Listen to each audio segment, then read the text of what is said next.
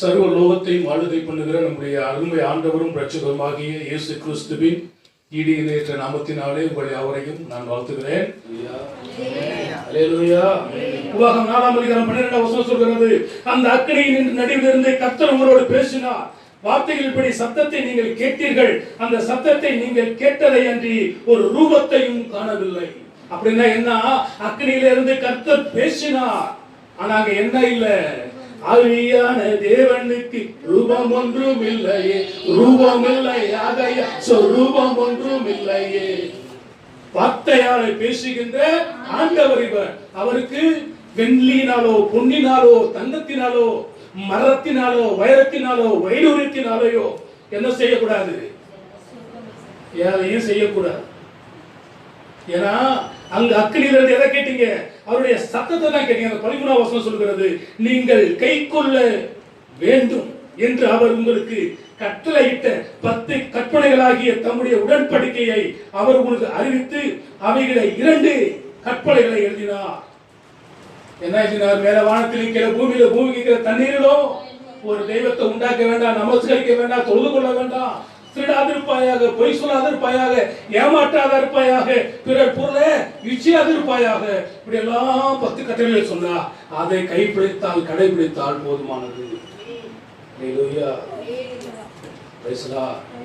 அதனாலதான் உபாகமத்தில் ஒரு எச்சரிக்கை கொடுக்கிறார். 28ஆம் அதிகாரத்துல 1 14 வசனங்களை வாசிக்கும் பொழுது, இன்று நான் உனக்கு விதிக்கிற உன் தேவனாகிய கர்த்தருடைய கட்டளையின்படி எல்லாம் நீ செய்ய கவனமாய் இருக்கும்படி அவர் சத்தத்துக்கு உண்மையாய் செவி கொடுப்பாயானால் உன் தேவனாகிய கர்த்தர் பூமியோட சகல ஜாதிகளில் உன்னை, அதான் பாடணும், கர்த்தர் உன்னை மேன்மையாக வைப்பார், நீ கலங்காதே மனமே, கர்த்தர் உன்னை மேன்மையாக வைப்பார், நீ கலங்காதே.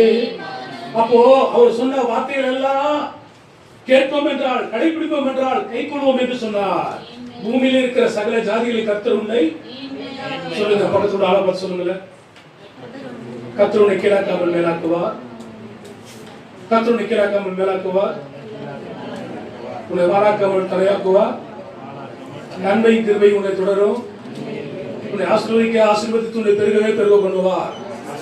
அவனுடைய சத்தத்துக்கு செவி கொடு. அதுக்கு அடுத்து சொல்லிட்டு 28ஆம் அதிகாரத்துல 15 இருந்து 68 வசனங்கள் அவர் சொல்றார். என்ன சொல்றாருன்னா, இன்று நான் உனக்கு விதிக்கிற உன் தேவனாகிய கர்த்தருடைய எல்லா கட்டளையின்படியும் நடக்க கவனமாயிருக்கிறதற்கு அவர் சத்தத்திற்கு செவி கூடாதே போவாயாகில் இப்பொழுது சொல்லப்படுகிற சாபம் எல்லாம் உன்மேல் வந்து பலிக்கும். அது 14 வசனத்தோட ஆசீர்வாதத்தை முடிச்சுட்டு 68 வசனம் வந்து சாபத்தை வந்து சொல்றாரு. அப்போ கர்த்தருடைய சத்தத்தை கேட்கணுமா கேட்க கூடாதா? அல்லேலூயா, அல்லேலூயா. அவருடைய சத்தத்துக்கு கேட்கணும். சாமுவேல் ஆண்டவருடைய சத்தத்தை பத்தி என்ன சொல்றானா, 1 சாமுவேல் 15ஆம் அதிகாரம் 22ஆம் வசனம் சொல்கிறது, அதற்கு சாமுவேல் கர்த்தருடைய சத்தத்துக்கு கீழ்ப்படிகிறதை பார்க்கிலும் சர்வாங்க தகனபலிகளும் கர்த்தருக்கு பிரியமாய் இருக்குமோ, பலியை பார்க்கிலும் கீழ்ப்படிதலும் அத்திக்கடக்களின் நினைப்பை பார்க்கிலும் செவி கொடுத்தல் உத்தமம். காலையில வர குடுகுடுப்பகாரம் வர, நல்ல காலம் பிறக்குது, நல்ல காலம் பிறக்குது, நல்ல காலம் பிறக்குது, மண்ணுனால குத்தம் இல்ல, மனையினால குத்தம் இல்ல, உன் பொண்டாட்டினாலதான் குத்தன்றான், உன் புருஷனாலதான் குத்தன்றான். ஐயோ என் பொண்டாட்டி என்ன பண்ண, என் புள்ள என்ன பத்தினா, அந்த தீட்டரை என்ன பண்ணணும்? ஒண்ணு இல்ல, ஒரு இடகோலிய வாங்கிட்டு வா, 100 கிராம் மிளகாவை வாங்கிட்டு வா, 120 ரூபா கொடு, ஒரு 10 முட்டையை வாங்கி கொடு, உன் சாபம் எல்லாம் போயிட்டு அவன் இந்த 120 ரூபாய்க்கு போட்ட வாங்கி அடிச்சுட்டு சாப்பிட்டு வறுத்து சாப்பிட்டு தூக்கிடுறான், துணிமணியெல்லாம் வாங்கிட்டு போயிடுறான். அவன் வார்த்தையை நம்புற, சுடுகாட்டுக்கு போயிட்டு வரவன நம்புற, இந்த வார்த்தையை நம்புறவன் செழிப்பான். சாபம் அவனை அணுகாது. இஸ்ரேலுக்கு விரோதமான மந்திரமும் இல்லை, யாக்கோபுக்கு விரோதமான குறி சொல்லுதலும் இல்லை. அந்த 23ஆம் வசனம் சொல்கிறது, இரண்டகம் பண்ணுதல் பில்லி சூனிய பாவத்திற்கும் முரட்டாட்டம் பண்ணுதல் அவபக்திக்கும் விக்கிரக ஆராதனைக்கும் சரியாக இருக்கிறது. நீ கர்த்தருடைய வார்த்தையை புறக்கணித்தபடியினால் அவர் உம்மை ராஜாவாக இராதபடிக்கு புறக்கணித்து தள்ளினார். அற்பமானவனே, கழுதையை தேடி போனவன் ராஜாவா மாறினா. ஆனா கர்த்தருடைய வார்த்தை அசட்டை பண்ணும் பொழுது ராஜா பதவியை தேவன் கொடுங்கினார். தேவனுக்கு ஒரு சவுல் இல்லை என்றால் ஒரு தாவீதை எழுப்ப அவரால் முடியும். ஒரு வஸ்தி இல்லை என்றால் ஒரு எஸ்தரை எழுப்ப முடியும். முடியாதா? அதனால அவர் எல்லாவற்றையும் செய்கிறவர். அவரால் செய்ய முடியாத காரியம் ஒன்றும் இல்லை. இரண்டாவதாக எலிகு என்கிறதான ஒரு மனுஷன். யாரு கேட்டீங்கன்னா யோபினுடைய நண்பன். என்ன சொல்றான் பாருங்க, 37ஆம் அதிகாரம் 2ஆம் வசனம். அவருடைய சத்தத்தினால் உண்டாகிற அதிர்ச்சியையும் அவர் வாயிலிருந்து புறப்படுகிற முழக்கத்தையும் கவனமாய் கேளுங்கள். அவர் வானத்தின் கீழெங்கும் அந்த தொனியையும் பூமியின் கடையாதரங்கள் மேல் அதன் மின்னலையும் செல்ல விடுகிறார். அதற்கு பின்பு அவர் சத்தமாய் முழங்கி தம்முடைய மகத்துவத்தின் சத்தத்தை குமர பண்ணுகிறார். அவருடைய சத்தம் கேட்கப்படும் பொழுது அதை தவிர்க்க முடியாது. தேவன் தம்முடைய சத்தத்தை ஆச்சரியமான விதமாய் குமர பண்ணுகிறார். நான் கிரகிக்க கூடாத பெரிய காரியங்களை அவர் செய்கிறார். தேசமே பயப்படாத, மகிழ்ந்து களிக்கூறு, கர்த்தர் பெரிய காரியங்களை செய்வார். எலிகு யோபினுடைய நண்பன் கர்த்தருடைய சத்தத்தை குறித்து சொன்னதான வார்த்தைகளை நீங்கள் அறிந்திருக்கிறீர்கள். அது மாத்திரமல்ல, சங்கீதம் 29 முழுவதையும் நீங்கள் எடுத்துக் கொள்வீர்கள் என்றால் 3ஆம் வசனம் சொல்கிறது, கர்த்தருடைய சத்தம் தண்ணீர்களின் மேல் துணிக்கிறது, மகிமையுள்ள தேவன் முழங்குகிறார், கர்த்தர் திரளான தண்ணீர்கள் மேல் இருக்கிறார். 4ஆம் வசனம் சொல்கிறது, கர்த்தருடைய சத்தம் வல்லமை உள்ளது, கர்த்தருடைய சத்தம் மகத்துவம் உள்ளது. 5ஆம் வசனம் சொல்கிறது, கர்த்தருடைய சத்தம் கேதுரு மரங்களை முறிக்கிறது, கர்த்தர் லீபனோனின் கேதுரு மரங்களை முறிக்கிறார். 6ஆம் வசனம் சொல்கிறது, அவைகளை கன்று குட்டிகளை போலவும் லீபனோனை போலவும் சிரியோனையும் காண்டாமிருக குட்டிகளை போலவும் துள்ள பண்ணுகிறார். 7ஆம் வசனம் சொல்கிறது, கர்த்தருடைய சத்தம் அக்கினி ஜுவாலையை பிளக்கும். 8ஆம் வசனம் சொல்கிறது, கர்த்தருடைய சத்தம் வனாந்தரத்தை அதிர பண்ணும், கர்த்தர் காதேஸ் வனாந்தரத்தை அதிர பண்ணுகிறார். 9வது வசனம், கர்த்தருடைய சத்தம் பெண்மான்களை ஈன்படி செய்து காடுகளை வெளியாக்கும், அவருடைய ஆலயத்தில் உள்ள யாவரும் அவருடைய மகிமையை பிரஸ்தாபிக்கிறார்கள். ஏசாயாவின் தீர்க்கதரிசன புஸ்தகம் 30வது அதிகாரம் 30வது வசனம் 30. தமது சத்தத்தை கேட்க பண்ணி உக்கிர கோபத்தினாலும் பட்சிக்கிற அக்கினி ஜுவாலையினாலும் இடி பெரு வெள்ளம் கல் மழையினாலும் தமது புயத்தின் வல்லமையை காண்பிப்பார். கர்த்தர் மகத்துவமானவர். தமது சத்தத்தை கேட்க பண்ணி உக்கிர கோபத்தினாலும் பட்சிக்கிற அக்கினி ஜுவாலையினாலும் இடி பெரு வெள்ளம் கல்மழையினாலும் தமது புயத்தின் வல்லமையை காண்பிப்பார். இந்த 31வது வசனத்தை கூட வாசித்து பாருங்கள். அப்பொழுது தண்டாயுதத்தினால் அடித்த அசீரியன் கர்த்தருடைய சத்தத்தினால் நொறுங்குண்டு போவான். அவருடைய சத்தத்துக்கு முன்பதாக ஒருவனும் நிற்க முடியாது. அசீரியன் என்ன பண்ணுவானா? நொறுங்குண்டு போவான். அப்போ அவருடைய சத்தம் வல்லமை உள்ளது. அவருடைய சத்தத்தை பத்தி யாரு சொல்றா? ஏசாயா. அதற்கடுத்து அவருடைய சத்தத்தை குறித்து எரேமியா தீர்க்கதரிசி என்ன சொல்கிறார்? 26:13 இப்பொழுதும் நீங்கள் உங்கள் வழிகளையும் உங்கள் கிரியைகளையும் சீர்படுத்தி உங்கள் தேவனாகிய கர்த்தருடைய சத்தத்தை கேளுங்கள். அப்பொழுது கர்த்தர் உங்களுக்கு விரோதமாய் சொன்ன தீங்குக்கு மனஸ்தாபப்படுவார். இப்ப கர்த்தருடைய சத்தத்துக்கு நீங்க என்ன பண்ணணுமா? செவி கொடுக்கணும், செவி சாய்க்கணும். வேதம் கூறுகிறது, பாம்பாட்டிகள் வினோதமாய் மகிழி ஊதினாலும் அதற்கு செவி சாய்க்காததான செவிட்டு விரியன் பாம்புகள் இருக்கிறது. ஆனா ஆண்டவர் சொல்றாரு எரேமியா தீர்க்கதரிசி மூலமாய், நீங்கள் கர்த்தருடைய சத்தத்துக்கு என்ன பண்ணுங்க, செவி கொடுங்க, அதை கேளுங்க. அப்படி நீங்க கேட்டுட்டீங்கன்னா நான் உங்களுக்கு தீங்கு செய்வேன் சொன்ன பாத்தீங்களா, அதற்காக நான் என்ன பண்ணுவேன், மனஸ்தாபப்படுவேன். தேவன் எங்கே மனஸ்தாபப்பட்டார் என்றால் மனிதனை உண்டாக்குனதற்காக அவர் மனஸ்தாபப்பட்டார். எதுக்குடா இவனை உண்டாக்கணும்? பிரச்சனை முதல் மனுஷன்ல இருந்து நம்ம வரையிலும் இந்த நாள் வரையிலும் பிரச்சனை இருக்குது. சவுலை ராஜாவாக்குனதுக்கு அவர் என்ன பண்ணினாராம், மனஸ்தாபப்பட்டாராம். பட்டாரா இல்லையா? யோனாவின் தீர்க்கதரிசன புத்தகத்துல பாருங்க, அவங்களுடைய பாவங்கள் என்ன பண்ணுகிறது, எனக்கு வந்து எட்டுகிறது. அவரெல்லாம் என்ன பண்ணுவேன், அழிக்க போறேன். யோனா நீ போய் சொல்லு.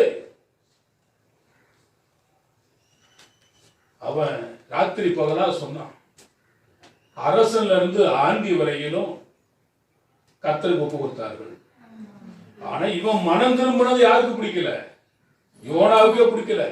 இவனுடைய எண்ணம் என்ன, நீ நினைவப்பட்டதை அழிக்கணும், அது நிர்மூலமாகும் போது நான் என்ன பண்ணணும், பார்க்கணும். அப்பதான் ஆண்டவர் சொல்றாரு, யோனா இவ்வளவு நேரம் கோபம் இருக்கிறது நல்லதா? யோ நான் சாகிறவர்கள் அப்படிதான் ஏற்படுறான்.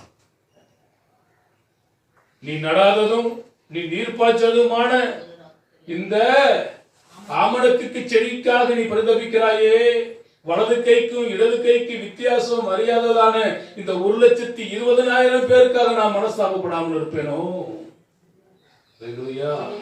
அப்போ தேவன் தீங்குக்கு மனஸ்தாபப்படுகிறவர். நான் செய்வேன் அழிப்பேன்னு சொன்னாரு. இந்த மக்கள் எல்லாம் மனம் திரும்பின பிறகு செய்வேன் என்றவர் சொன்னது என்ன பண்ணிட்டாரா, அவர் நேற்றும் மாறுகிற தேவன். அப்ப இங்க என்ன பண்ணிருக்க கூடாது, மாறி இருக்க கூடாது. மாறுகிற தேவன் என்றும் பிரசங்கம் பண்ணலாம், மாறாத தேவன் என்றும் பிரசங்கம் பண்ணலாம். எப்போ அவர் மாறுகிறார் என்று சொன்னால் நமக்கு எச்சரிப்பின் சத்தம் கொடுக்கப்பட்டு, நான் உன்னை அழிப்பேன், உன்னை நிக்கிரகம் பண்ணுவேன், உன்னை அழித்து விடுவேன், உன்னை கொன்று விடுவேன் அப்படின்னு ஆண்டவர் எச்சரிக்கை பண்ணும் பொழுது நம்ம பாவங்களை எல்லாம் அறிக்கை செய்து அவைகளிலிருந்து விட்டு மனம் திரும்பும் பொழுது அவர் நமக்கு செய்ய நினைத்ததான தீங்கிலிருந்து மனஸ்தாபப்பட்டு நம்மளை விட்டு விடுறாரு. போ, மன்னிச்சுறேன், பொழைச்சி போ. இன்னும் சில ராஜாக்கள்லாம் பார்த்து ஆண்டவருக்கு சொல்லும் பொழுது, அவன் பாத்தியா இப்ப எப்படி அழுதுட்டு இருக்கா, பாத்தியா எவ்வளவு வேதனைப்படுறான், பாத்தியா போ பொழைச்சி போன்னு அவனை விட்டுருக்கேன்றாரு. அது போல உங்களையும் என்னையும், இதெல்லாம் நீங்க ராஜாக்கள் புத்தகத்திலையும் நாளாகம புத்தகத்திலையும் இந்த சம்பவங்கள் அடிக்கடி சொல்லப்பட்டிருக்கிறது. சில ராஜாக்கள் ஆண்டவருக்கு விரோதமாக எழும்பும் பொழுது யாருக்கிட்டாலும் ஆண்டவர் ஒப்படைச்சிடுவார். அங்க போய் நின்று, ஆண்டவரே, என் தேவனே, என் கர்த்தாவே, என் கண்மலையே, என் துர்கமே, அப்பா நீரே அடைக்கலாம், நீரே என் கோட்டை என்று கதற பொழுது ஆண்டவர் சொல்றார், பத்தியா இப்பதான் அவனுக்கு என்ன வந்திருக்குது, புத்தி வந்திருக்குது. இருந்தாலும் அவன் கூப்பிடுகிற சத்தத்தை நான் கேட்பேன். இரக்கத்தில் ஐஸ்வர்யம் உள்ளதான தேவன். அப்போ எரேமியா அவருடைய சத்தத்துக்கு சொல்லுகிறார். அவர் சொன்னதான சத்தத்துக்கு என்ன பண்ணுங்க, செவி கொடுங்க, ஒப்பு கொடுங்க. அப்பொழுது அவர் என்ன பண்ணுவாரு, தீங்குக்கு மனஸ்தாபப்படுவார். நோவா காலத்தை நினைச்சு பாருங்க, லோத்து காலத்தை நினைச்சு பாருங்க. ஒருத்தனும் மனம் திரும்பல, விட்டாரா, எல்லாத்தையும் கொண்டு குவித்தார். ஆனா நினைவேல எல்லாரும் மனம் திரும்பினாங்க. ஆடு மாடுகள் கூட மனம் திரும்பிச்சு, மனஸ்தாபப்பட்டு விட்டுட்டார். இம்மை பொழுது உன்னை கைவிட்டே, ஆனாலும் என்னுடைய உருக்கமான இரக்கங்களில் நான் உன்னை என்ன பண்ணுவேன், சேர்த்துக் கொள்வேன். இந்த கர்த்தருடைய சத்தத்தை குறித்து எசேக்கியேல் தீர்க்கதரிசி என்ன சொல்கிறார்? 43வது அதிகாரம் 2வது வசனம். இதோ இஸ்ரவேலின் தேவனுடைய மகிமை கீழ் திசையிலிருந்து வந்தது. அவருடைய சத்தம் பெரு வெள்ளத்தின் இரைச்சலை போல் இருந்தது. அவருடைய மகிமையினால் பூமி பிரகாசித்தது. அடுத்த வசனம், நான் கண்ட இந்த தரிசனம் நகரத்தை அழிக்க வந்தபோது கண்ட தரிசனம் போல் இருந்தது.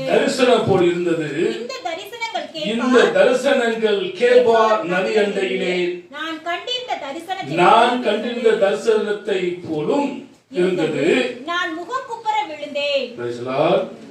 நான் முகம் குப்புற. நீங்க யோவானை கூட நீங்க பார்க்கலாம். தேவ தூதனை அவன் பார்க்கும் பொழுது உடனே அவன் காலில் என்ன பண்ணுவான்? விழுவான். அவங்க தேவதூதர் சொல்லுவாரு, நானும் உன்னை போல ஒரு ஊழியக்காரன் தான், நீ ஏன் காலில் விழுகிற? நம்ம எல்லாரும் விழ வேண்டிய ஒரு பாதம் உண்டு. என்னை விட்டு எடுப்படாத நல்ல பங்கு நீதானையா ஐயா, நல்ல பங்கு நீதானையா.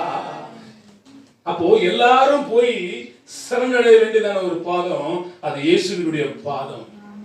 அதான் ஆண்டவர் சொன்னார், மரியாதை பார்த்து, இவள் தன்னை விட்டு எடுபடாத நல்ல பங்கை தெரிந்து கொண்டார். அப்போ இஸ்ரவேலின் தேவனுடைய மகிமை கீழ்த்திசையிலிருந்து வந்தது. அவருடைய சத்தம் பெருவெள்ள இரைச்சல் போல இருந்தது. மெல்லிய சத்தம் போல மாத்திரமல்ல, பெருவெள்ள இரைச்சல் போலவும் அது காணப்படும். பெருவெள்ள இரைச்சலின் சத்தம் என்னப்படுகிறது? கேட்கப்படுகிறது. ஆண்டவர் சொன்னாரு, மேகங்களை பார்த்தும் சூரியனை பார்த்தும் காலங்களை அறிகிறதான நீங்கள் இயேசுவினுடைய வருகையை குறித்து உங்களால் அறிந்து கொள்ள முடியாதா? முடியும். அப்ப எரேமியா அவருடைய சத்தத்தை என்ன சொன்னாரு? எசேக்கியேல் என்ன சொல்லியிருக்கிறாரு? இப்ப தானியேல் அவருடைய சத்தத்தை குறித்து என்ன சொல்லுகிறார் என்பதை வாசிக்கலாம். 10வது அதிகாரம் 6வது வசனம். தானியேல் 10:6. அவருடைய சரீரம் படிகை பச்சை போலவும் அவருடைய முகம் மின்னலின் பிரகாசத்தை போலவும் அவருடைய கண்கள் எரிகிற தீபங்களை போலவும் அவருடைய புயங்களும் அவருடைய கால்களும் துளக்கப்பட்ட வெண்கல நிறத்தை போலவும் அவருடைய வார்த்தைகளின் சத்தம் ஜனக்கூட்டத்தின் ஆரவாரத்தை போலவும் இருந்தது. அல்லேலூயா.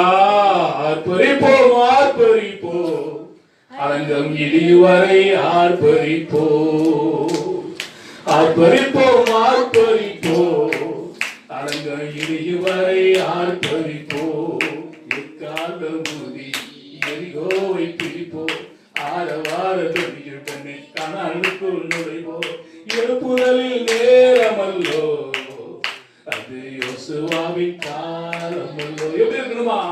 ஜன கூட்டத்தில இருக்கிறதான ஆரவாரத்தை போல் இருந்தது.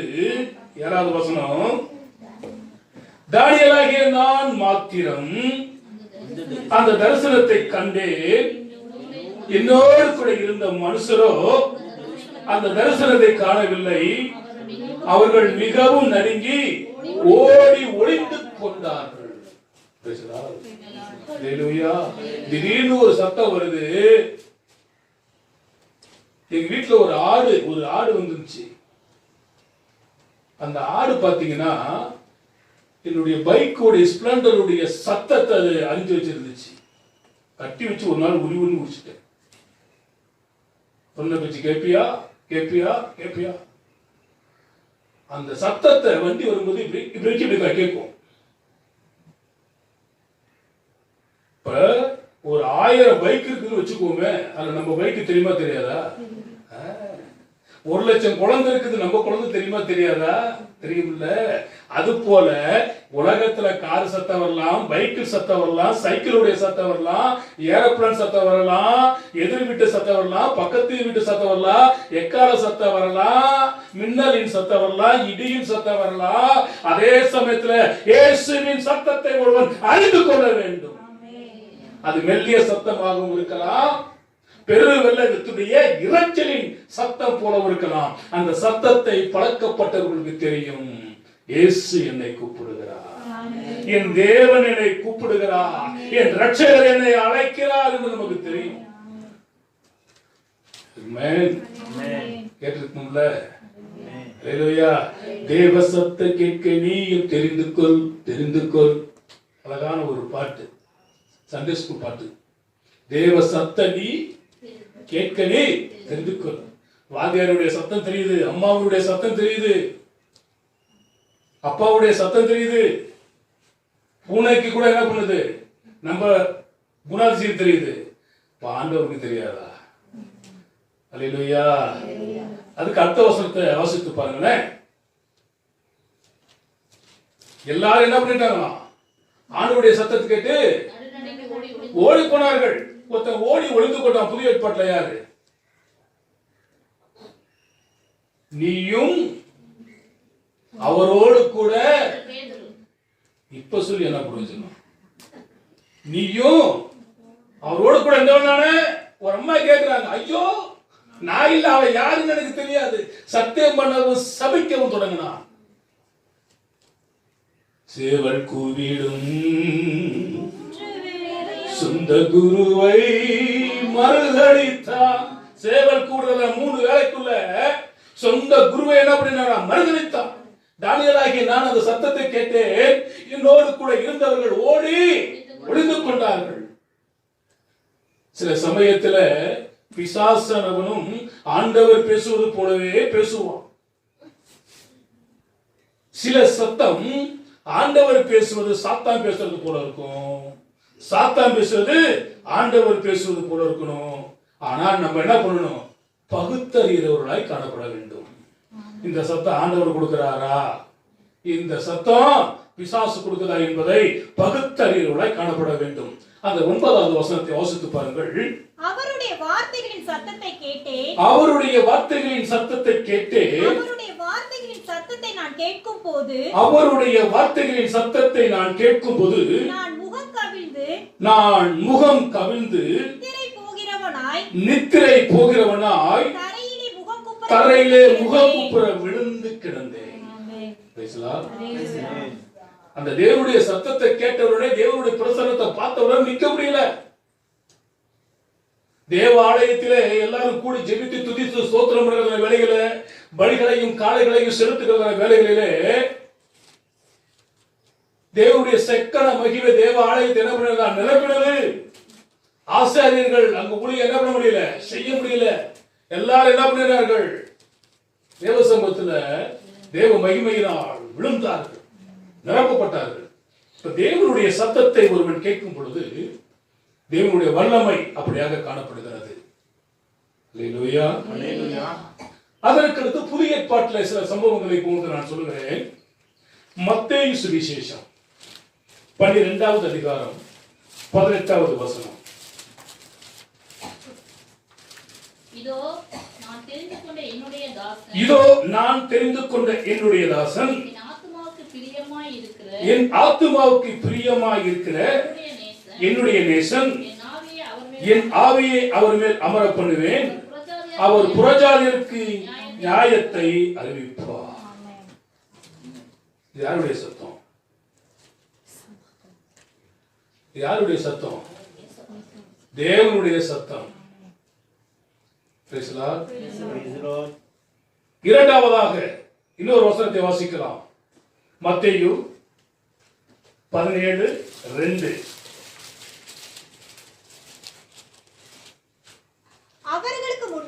அவர்களுக்கு முன்பாக மறுரூபமானார்.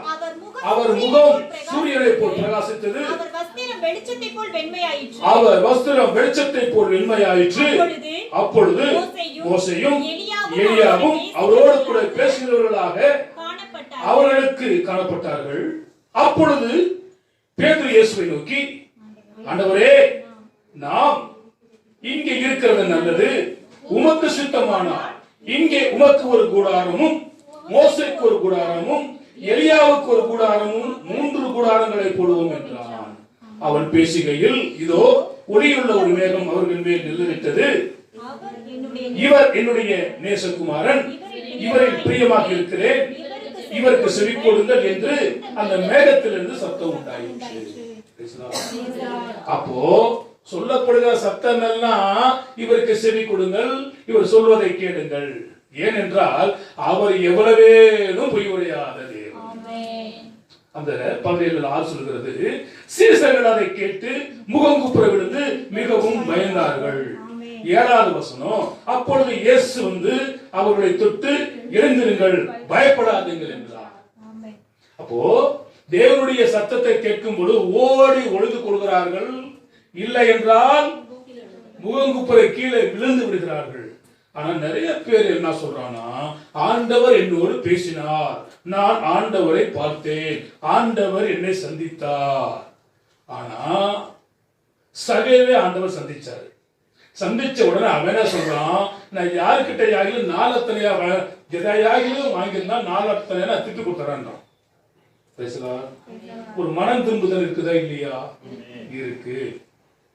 தமஸ்கோவுல வீதிகளில் வழியாய் இவன் வரும்பொழுது பத்திரத்தை வாங்கிக்கிட்டு கிறிஸ்தவர்களை துன்பப்படுத்துறதுக்கு யாரு வர்றா? சவுல் வர்றான். வரும் பொழுது சடுதியாய் ஒரு ஒளி தோன்றி அவன் கீழே விழுகிறான், கண்கள் புள்ளாய் போச்சு. ஆண்டவரே நான் என்ன செய்ய? அப்போ அவன் எல்லாவற்றையும் விட்டு ஒரு மனம் திரும்புதல் இருக்குதா இல்லையா? அப்ப ஆண்டவர் என்னோடு பேசினார், ஆண்டவருடைய சத்தத்தை நான் கேட்டேன் என்றா அவன் வாழ்க்கையில ஒரு மனம் திரும்புதல் இல்லாதவன் ஆண்டவர் என்னோடு பேசினார் என்று சொன்ன அதுக்கு பெயர் என்னது? சொல்லுங்க, என்னது? பொய். என்ன பொய்?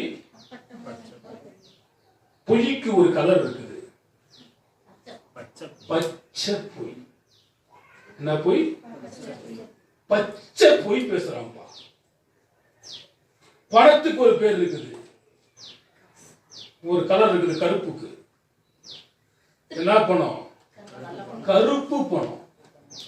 பொய்க்கு பச்சை, பணத்துக்கு கருப்பு. பாவம் செய்கிற இடத்துக்கு ஒரு பேர் கலர் இருக்குது. ஆமா, பாம்பே போய் பார்த்தேன், சிவப்பு விளக்கு பகுதி, ரெட் லைட் ஏரியா. தீமையான படத்துக்கு ஒரு கலர் இருக்குது, ப்ளூ ஃபிலிம்னு பேர் அதுக்கு. இது போல ஒவ்வொருத்துக்கும் ஒவ்வொரு நிறை இருக்குது. ஆனா நீங்களும் நானும் எப்படி இருக்கணுமா இருந்தா, எப்படி இருக்கணுமா? பஞ்சை போல வெண்மையா மாறிடணுமா? பரிசுத்த அலங்காரத்தோட கூட என்ன பண்ணுங்க? கர்த்தரை தொழுது கொள்ளுங்கள் என்று வேதத்தில் நம்ம படிக்கிறோம். அப்போ சீசர்களாக இருந்தாலும் சரி, அப்போஸ்தலர்களாக இருந்தாலும் சரி, தீர்க்கதரிசிகளாக இருந்தாலும் சரி, கர்த்தருடைய வார்த்தையை, கர்த்தருடைய சத்தத்தை கேட்ட உடனே அப்படியே அவருடைய பாதத்தில் விழுந்தார்கள். இந்த வசனங்களை வச்சுக்கிட்டு சில ஊழியக்காரர் என்ன பண்றானா, யார வந்தாலும் விடுறதுல குடுமையை பிடிச்சி ஆட்டிக்கல தள்ளி விட்டுறான்.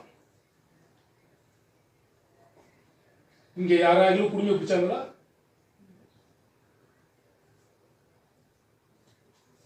என்ன ஒரு தடவை நீக்குறக்கார ஒருத்தர் வந்திருந்தான். எல்லா ஊழியர்களும் வந்து ஜெபம் பண்ணுங்க, எல்லாத்தையும் தள்ளிட்டாங்க. அவன் தல்ல நான் தல்ல, அவன் தல்ல நான் தல்ல. அவன் தள்ளி தள்ளி பார்த்துட்டு போயன்னு தள்ளி விட்டாங்க. நான் வந்துட்டேன். பக்கத்தில் இருக்கிற பாசு உளியா நாயா விழுகணும், நாயா விழுகணும். இது எங்கன்னு கேட்குறா, பாசு எல்லிஸ் இல்லியும் என் பேரை சொல்றதுக்கு ஒன்றும் வைக்க இல்லை. ஒரு 15-20 வருஷத்துக்கு முன்னால அங்க நடந்த சம்பவம். குளுத்துறியா? அப்படியெல்லாம் விழுக வேண்டிய அவசியம் கிடையாது. ஆமென்.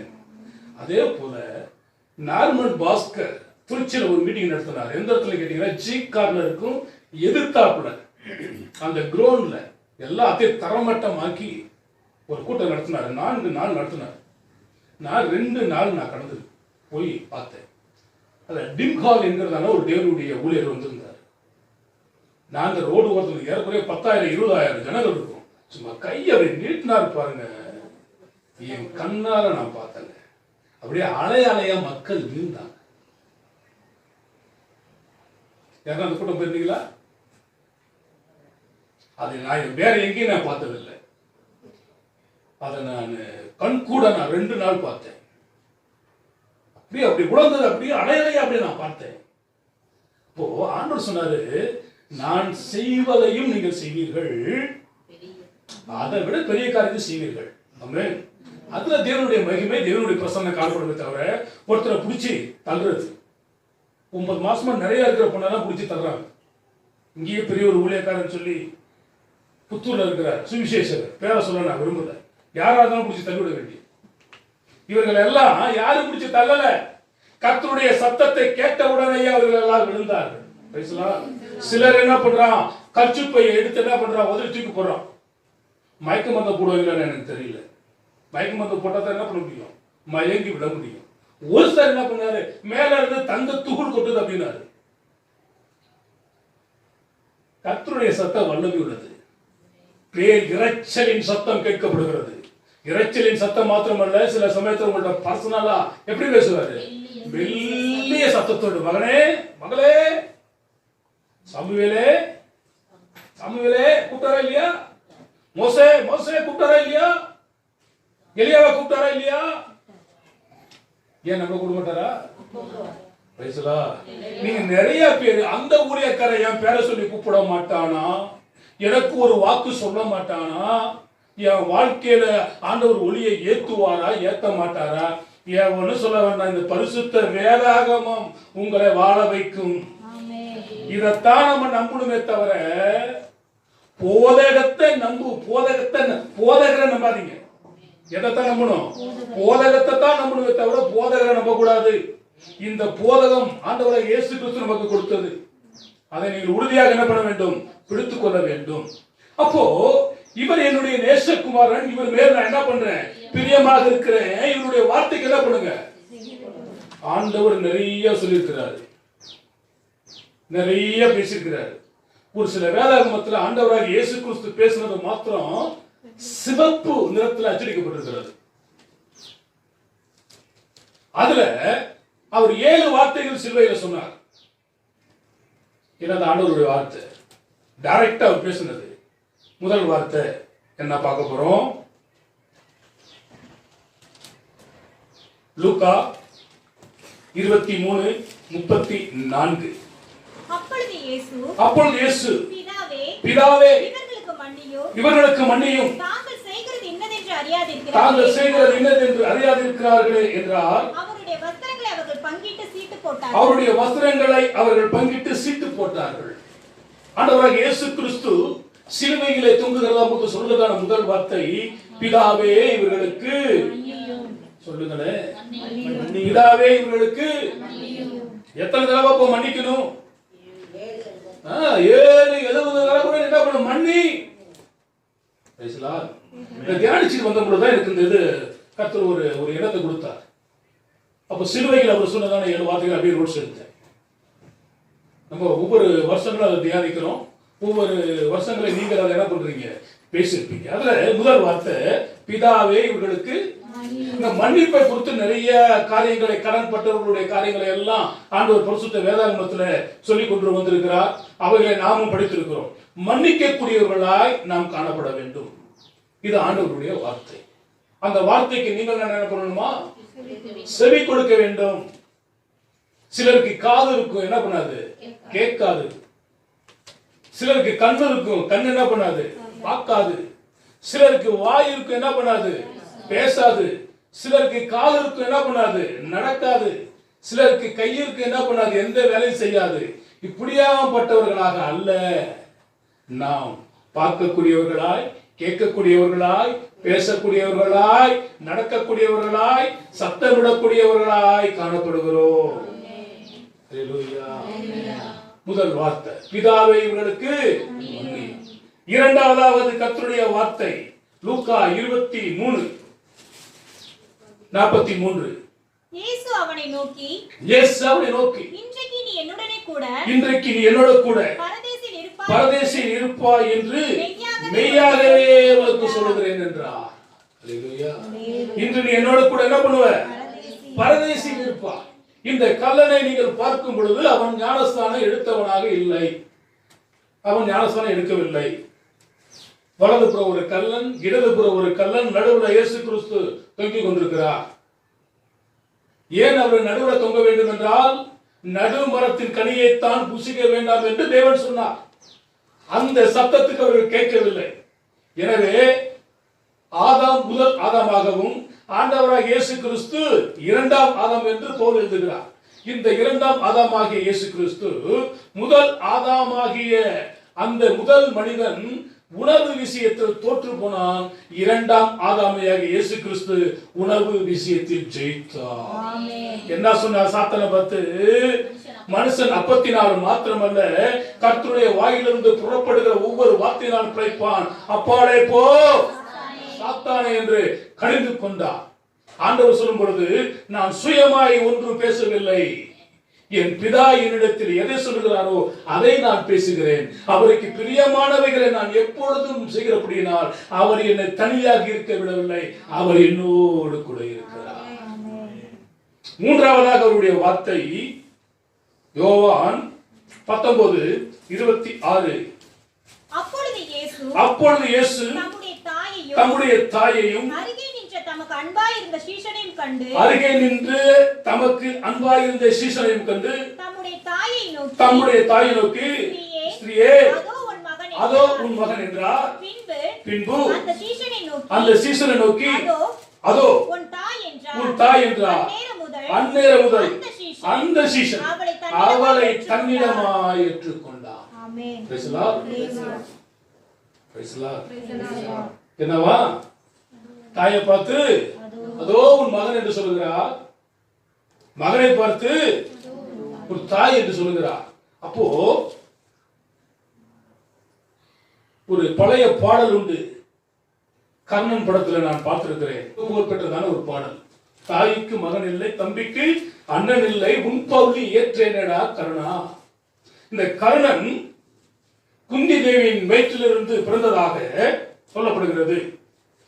அந்த அம்மா அந்த பிள்ளையை எங்க வச்சு அமிச்சாலாம்? ஒரு நாணல் பெட்டியில செஞ்சு வச்சுட்டாங்களாம்.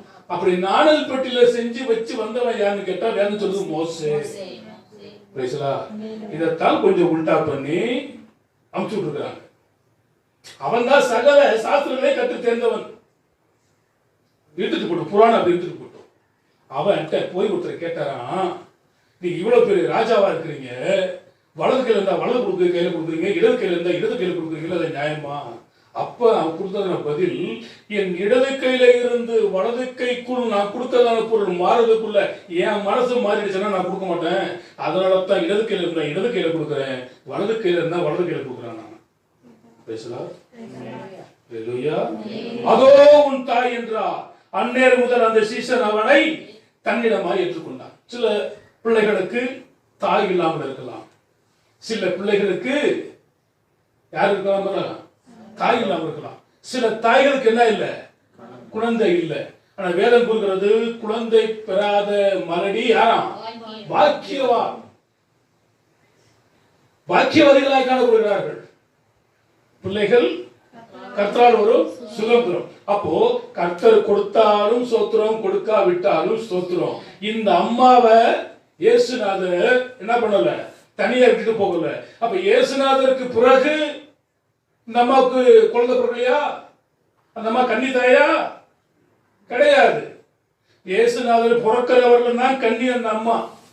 அதுக்கடுத்து அந்த கணவனும் மனைவி யோசேப்பும் மரியாளும் இல்லற வாழ்க்கையில ஈடுபட்டு அவருக்கு குமாரரும் குமார்த்தைகளும் பிறந்தார்கள் என்று வேதம் தெளிவாக கூறுகிறது. அதை நான் எழுதி கொண்டு வருவதான புத்தகத்துல மரியாள் என்றால் என்னன்றது எழுதியிருக்கிறேன். அவருடைய பிள்ளைகள் யாருன்னா எழுதியிருக்கிறேன். இதெல்லாம் அந்த புத்தகத்தினுடைய ஒரு துளிகள் தான் உங்களுக்கு சொல்லிட்டு இருக்கிறேன். அப்போ தேவனுடைய சத்தத்தை நம்ம என்ன பண்ணணும், கேட்கணும்.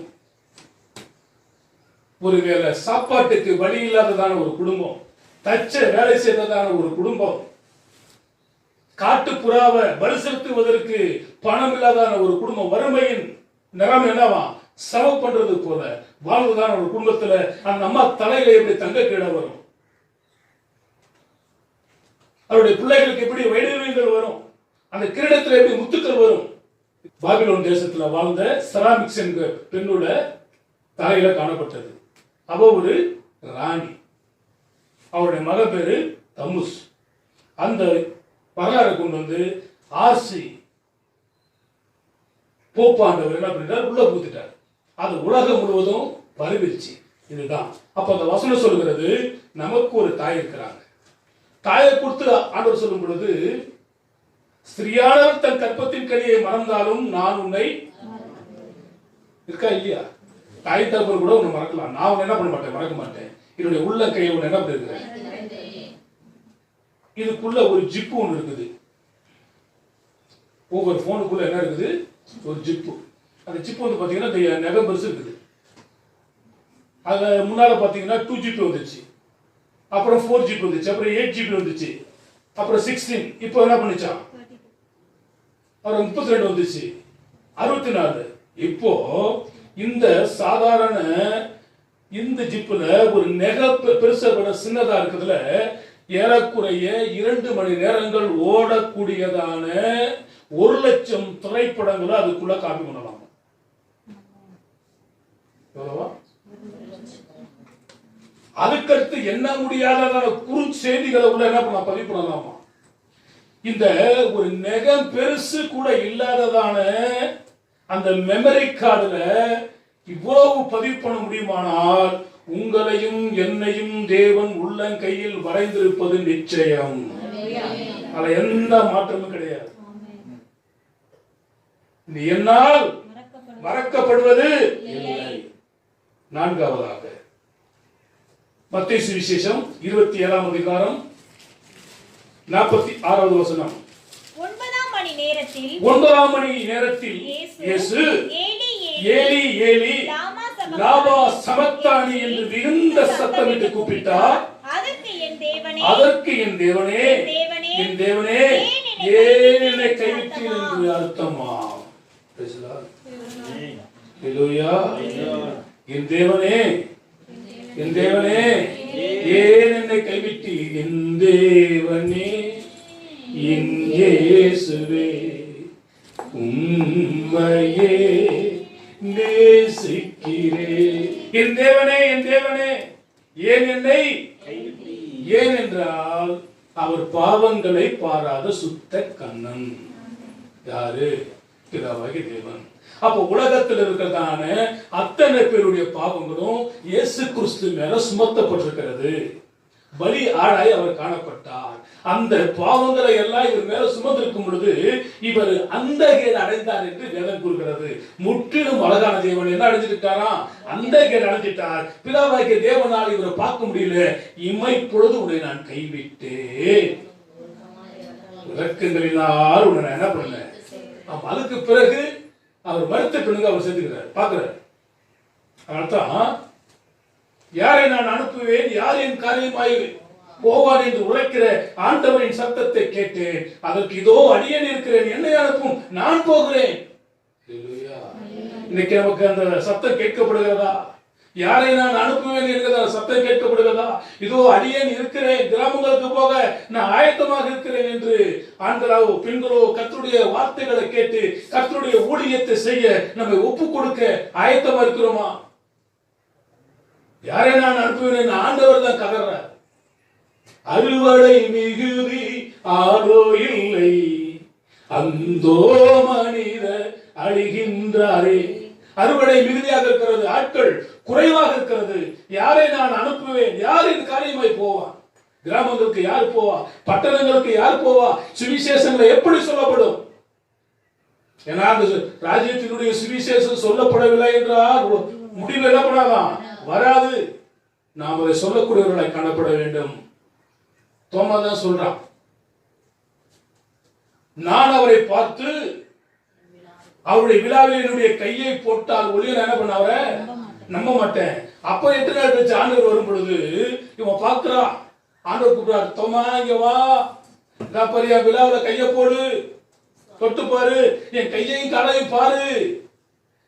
கண்டு விசுவாசிக்கிறவனை பார்க்கிறோம், காணாமல் விசுவாசிக்கிறவன் அப்பதான் விடுகிறான். என் தேவனே என் இயேசுவே உம்மையே நேசிக்கிறேன். அப்பதான் அவருடைய பாதத்தில் விடுகிறான். பாண்டு சொல்றாரு, அவிவிசுவாசி ஆகிறாமல் விசுவாசி ஆகிறேன்.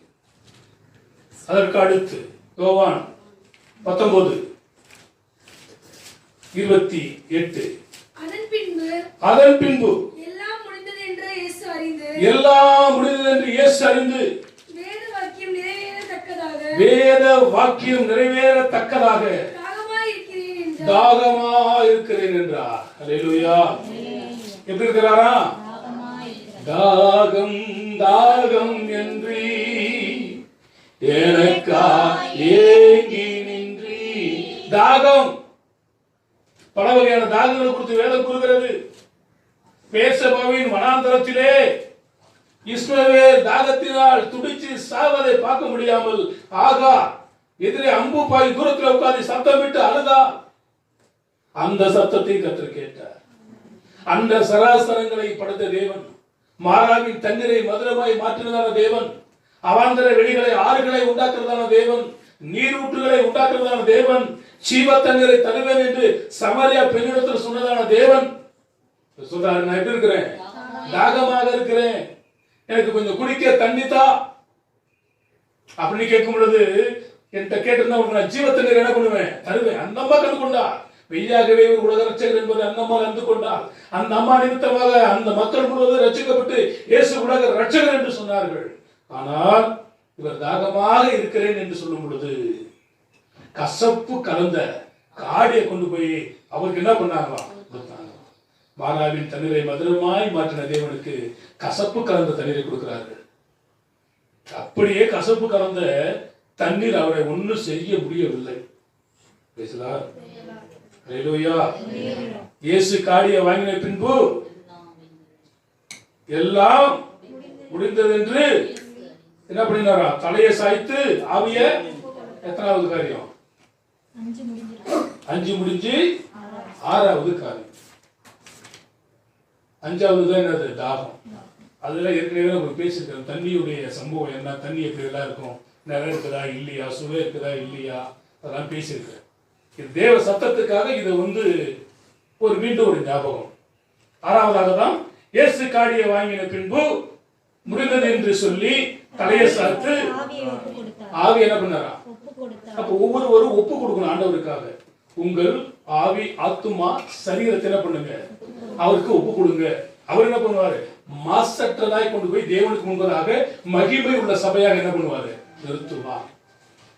பாட்டுக்குது, ஒப்பு கொடுத்தீரையா உம்மையும் எனக்காக உலகின் ரட்சகரே உன்னத பலியாக. உங்களை என்னையும் தான் கொண்டு போய் அங்க அடிச்சிருக்கணும். எங்க?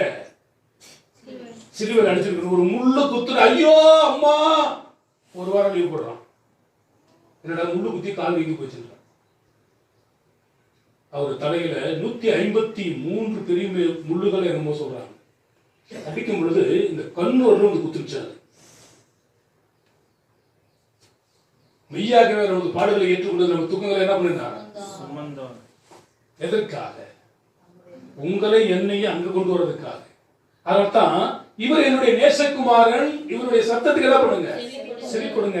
அந்த சத்தம் தான் சொல்லுது. என்ன சொல்லுது? தாகமா நான் இருந்தது மாத்திரம் இல்லாத முடிச்சுட்டு வந்துட்டோம். இயேசு காடியை வாங்கின பின்பு முடிந்தது என்று சொல்லி தலையை சாய்த்து ஆவியெல்லாம் பண்ணினார். ஒப்பு கொடுத்தார். ஒப்பு கொடுத்த பிறகு கடைசியா 7வது ஒரு வார்த்தை சொல்றாரு. என்ன சொல்றாரு? 23:46 லூக்கா. இயேசு பிதாவே உம்முடைய கைகளிலே என் ஆவியை ஒப்புவிக்கிறேன் என்று மகா சத்தமாய் கூப்பிட்டு சொன்னார். இப்படி சொல்லி ஜீவனை விட்டார். இந்த சத்தத்துக்கு செவி கொடுங்க. முதலாவது ஆண்டவர் என்ன சொன்னாரு? பிதாவை இவர்களை மன்னியும் என்று சொன்னார். 2வது இன்று என்னோடு கூட பரதேசில் இருப்பாய் என்று சொன்னார். 3வது அதோ உன் தாய், இதோ உன் மகன் என்று சொன்னார். 4 என் தேவனே ஏன் என்னை கைவிட்டு இருக்கிறார். 5வது தாகமாய் இருக்கிறேன் என்று சொன்னார். 6வது முடிந்தது என்று சொன்னார். 7வது ஜீவனை விட்டார்.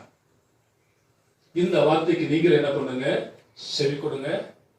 இன்னும் கர்த்தருடைய வார்த்தையை குறித்து யார் யார் என்ன சொன்னாங்க என்பதை பிறகு நம்ம பார்க்கலாம். கர்த்தர் உங்களையும் உங்கள் வீட்டை ஆசீர்வதிக்கட்டும். கண்கள் மூடுவோம். கர்த்தருக்கு பார்த்து ஜெபிப்போம்.